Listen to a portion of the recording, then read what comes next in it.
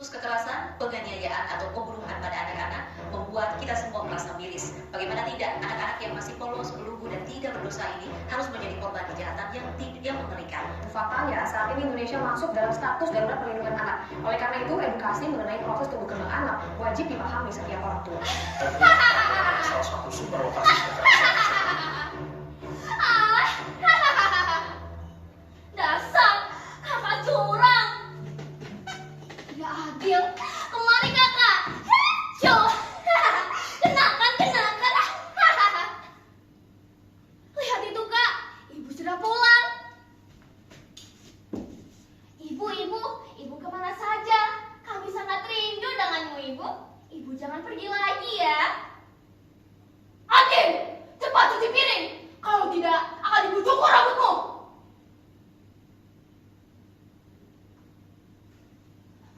Cukur rambutku? Tidak boleh. Aku tidak mau. Aku tidak mau ditertawakan oleh teman-temanku nanti.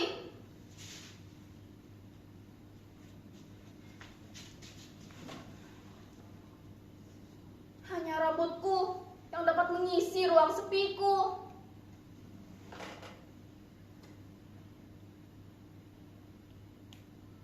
Rambutku bisa membuatku tersenyum, bisa membuatku tertawa, sampai bernyanyi bersama.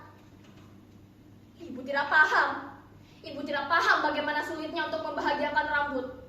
Padahal apapun yang kuperintahkan pasti akan dituruti. Aku suruh dia berbaring, aku suruh dia berdiri, sampai berputar pun rambutku ini kan penurut.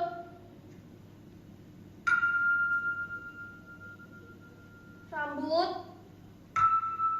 maafkan ibu ya. Ibu baru saja mengancam untuk membunuhmu tadi. Tapi tidak apa, aku berjanji untuk melindungimu dari kerasnya tangan-tangan jahat mereka. Kau tahu, nasibmu itu mirip seperti kisah pesut yang tadi aku mainkan. Mereka juga mengalami kekerasan yang sama sepertimu. Apa? Kamu ingin mendengar kisah mereka? Baik, akan aku ceritakan.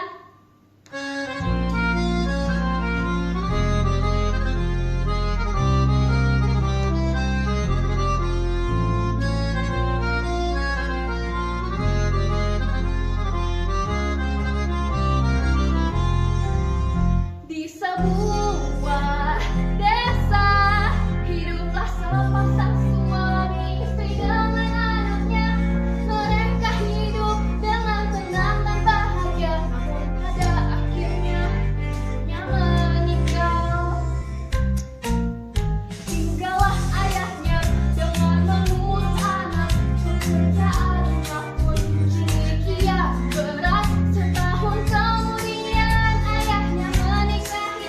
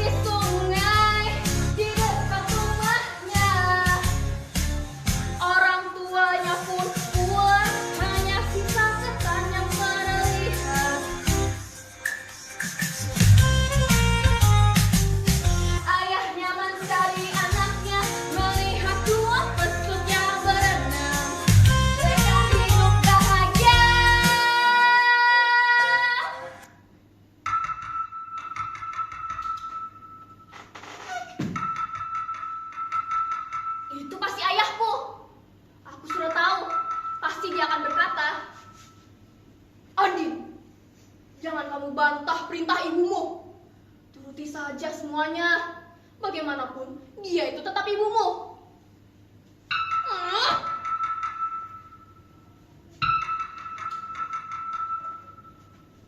Halo, Ayah. Iya, Ayah. Baik, Andin berjanji untuk menuruti semua perintah ibu. Baik, Ayah. Hati-hati di jalan ya.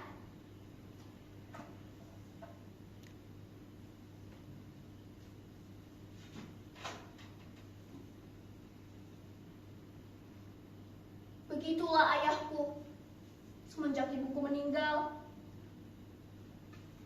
kasih sayangnya sudah terbagi dua oleh ibu sambungku. Setiap dia pulang ke rumah, yang ia peluk pasti ibu sambungku.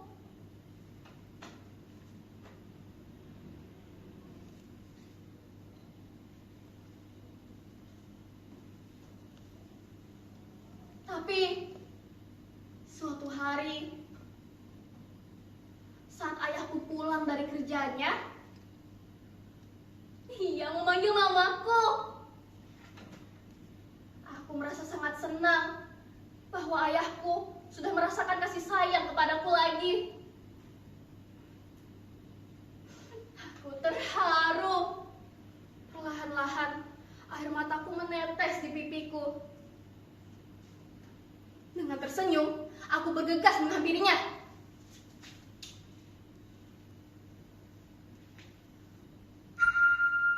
Kebahagiaan itu mengingatkanku sewaktu aku masih berumur 6 tahun. Di mana ibuku menggandeng tanganku, lalu ayahku memanggil namaku. Andi, kemarilah nak. Ayah sangat sayang padamu nak. Dia memelukku dengan erat. Dalam sekejap, lelah ayahku pun hilang.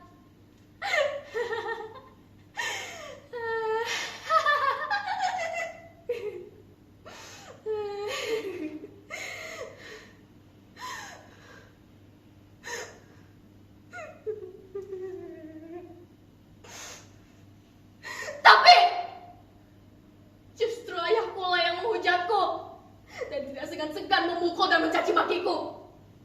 Lantaran pakaian yang kucuci tidak aku kumpulkan 1 jam turun dengan derasnya.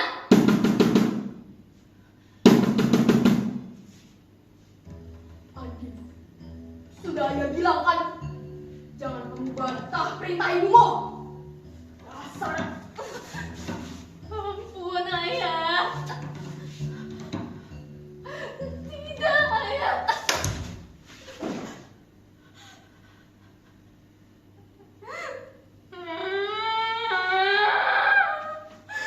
Ayahku tidak sayang lagi padaku. Dia lebih percaya apa yang ibu sambungku katakan padanya.